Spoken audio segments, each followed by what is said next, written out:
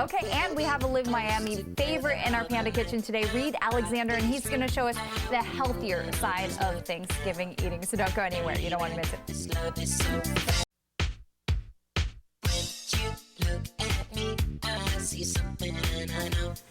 Well, earlier in the show, we showed you a fun turkey buster workout as a way to avoid the holiday weight gain. Now, actor Reed Alexander, who you might recognize from Nickelodeon's iCarly, is here to show us another way to keep the holiday healthy. And you're all about the healthy food. That's what KewlBites is all about. Absolutely. KewlBites.com, my website, tips and tricks and lots of fun recipes. And today at Thanksgiving, which happens to be my favorite holiday of the year. Are you in the same boat? I am in the same boat because it's all about family. It's all about eating together. And I know what you mean.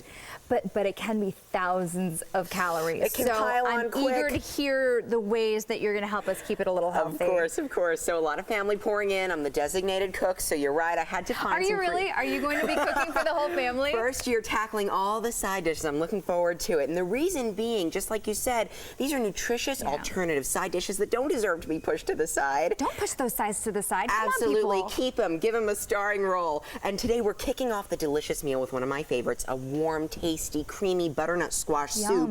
Creamy minus the cream and the butter. It's an easy recipe, so what do you say we dive in and get started? Tell me all about it. How do we do this? So the first thing we do, it's really easy, is we're going to caramelize some onions in our pan here, and we're using just a dash of some heart-healthy olive oil. In fact, if you want to stir this up for me, if you will. Yeah, let's swap. Let's swap. We're going to trade places here, musical mixing spoons. I'm going to grab my roasted squash as well as a little bit of garlic. It's all about great flavor. Now, I love butternut squash. What's on that squash? Do you have a little pepper on there? Salt, pepper, and again, a little dash of olive oil. So when it roasts in the oven, we can really tenderize it and build some delicious deep flavor. So that was celery, little sweet potato, and one of our final ingredients here, this is some Granny Smith apple. Interesting choice, right? Oh, that's neat. Yeah, thanks. And the reason I love it is you get sort of like the yin and yang between sweet and tart versus savory. It's a nice balance. Little tangy, always got to go for it. Keep that palate moving. Now this is some low sodium chicken stock to bind all the ingredients together, and you can see how simple it is. In goes a bay leaf, little sage. Do you have to pick out that bay leaf after You do. cooking? You absolutely simmer, just like you're simmering tea, you can sort of think of it. And then once it's brewed and steeped, you can remove it, discard.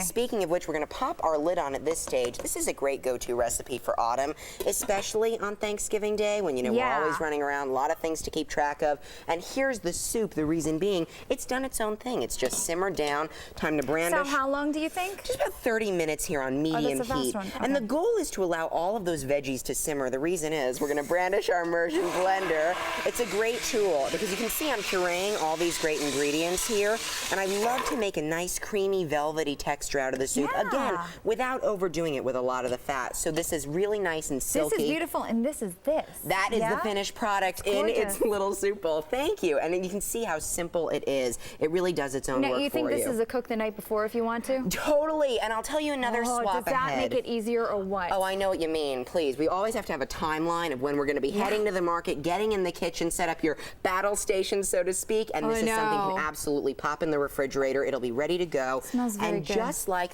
our cranberry compote. This I love. This is another one of those that can be done in advance. Literally something either 5 minutes before the guests walk in, 5 hours, or Sherry, as you said, the day before is ideal. All we do is mix together a couple ingredients. So these are some cranberries. In fact, while I stir, if you want to add in our mandarin oranges and pineapple, yum. So what I love about this particular recipe, which has also, you know, some walnuts for crunch, is obviously that turkey. It's going to tip the meal in a savory direction. This helps to sweeten it up. Really simple. This is the kind of thing where my kids would eat this with a spoon. Really? Mission accomplished. This would just be their dinner. Well, that is great news. I'm so glad to hear it. Anytime there's baby oranges and stuff, the kids love it, right? It's so true. Perfect, exactly. Junior-sized fruits there, and it's really a delicious one. Yeah, get a hunk of that with your turkey on this. Totally, please. I always know I go in for an extra bite. And then lastly, some other great alternatives, sort of like the supporting actors where the turkey can be the star.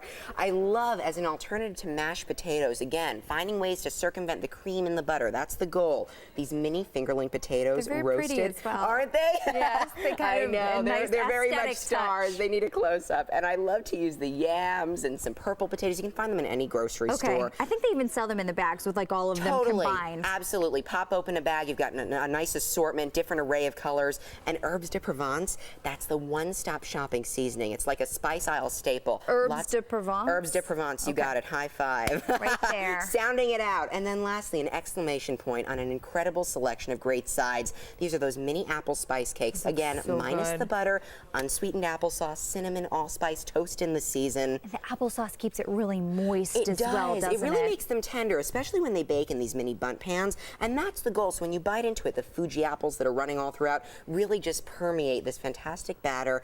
And you know what, Sherry, happy Thanksgiving. Want to taste anything? I do, and as we go to taste this, I'm just going to let you know that for more information on Reed's delicious ideas, you can go to KewlBites. It's KEWLBites.com.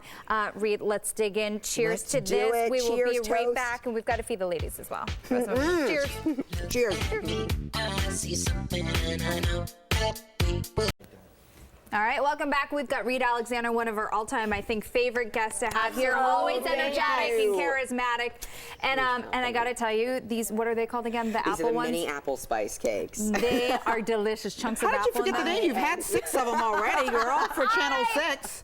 I have not even had a whole one, but I will. Believe me. 6 thumbs up for that. Great to see you Thank you again. so great hanging out. Manana, friends.